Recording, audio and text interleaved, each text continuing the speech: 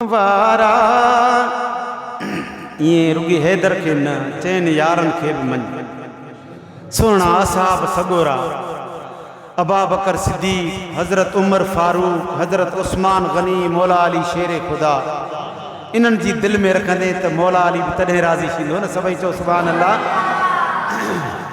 हैदर के मञण वारा तोखे दुख न ॾींदो मौला, तोखे दुख न ॾींदो मौला। गॾु चवरायो हैदर के मञण वारा तोखे दुख न ॾींदो मौला, तोखे दुख न ॾींदो मौला। हण हैदर जा नारा तोखे दुख न ॾींदो मौला, तोखे दुख न ॾींदो मौला। हैदर के मञण वारा तोखे दुख न ॾींदो मौला। चओ तोखे दुख न ॾींदो। अली शेर आहे रब जो, अली पीर आहे सभ जो। आहियूं सभई जंहिंजा सारा तोखे दुख न ॾींदो मौला, तोखे दुख न ॾींदो मौला। हैदर के मञण वारा तोखे दुख न ॾींदो मौला, तोखे दुख न ॾींदो मौला। कौसर बि पीआरींदो अली को न विसारींदो। हैदर जे हुब वारा तोखे दुख न ॾींदो मौला, तोखे दुख न ॾींदो मौला। ॿ मिसरा साईं जे मुनक़बत जा। अल्लाह जा एहसान थिया रंग रतो थमे, हथ मां बि पंहिंजे पीर कंबर वारे जो वतो थमे। हथ मां बि पंहिंजे पीर हुसैन जो वतो थमे। अल्लाह जा एहसान थिया आहियां बि गुनहगार त बि न आहे। सदको वञा सिफ़ो बि सजण सीने थो लाए।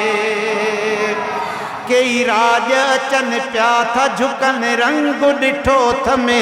चओ हथ मां बि पंहिंजे पीर हुसैन जो वतो थमे। हथ मां बि पंहिंजे पीर हुसैन जो वतो थमे।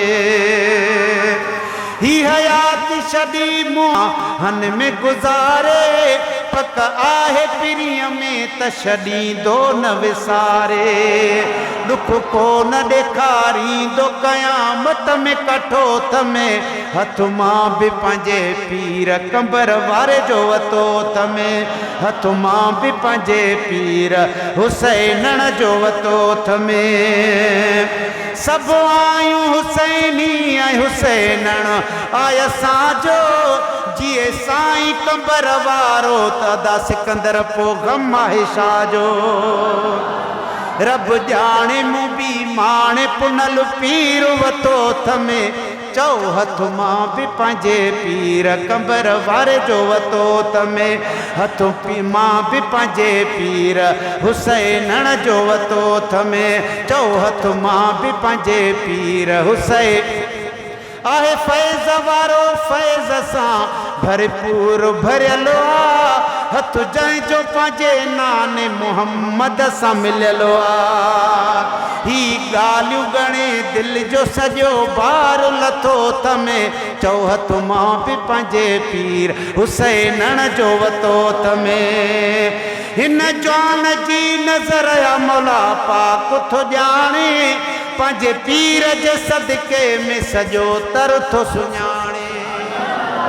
न ॼाण लिखण चवण में थियो अछड़ो मथो थमे। हथ मां बि पंहिंजे पीर कंबर वारे जो वतो थमे। माशूक न एहसान पंहिंजे पीर जो लाहे। वॻिणनि में सना ख़ान सजण जो थो सॾाए। ही शान वारो शेर पिरीअ ते मूं लिखियो थमे। हथ मां बि पंहिंजे पीर कंबर वारे जो वतो थमे हथ मां भी पंहिंजे पीर कंबर वारे जो वतो थम आख़िरी सिटरूं आहिनि अल्लाह जा एहसान थिया रंग रतो थमे हथ मां भी पंहिंजे पीर हुसैन जो वतो थमे अल्लाह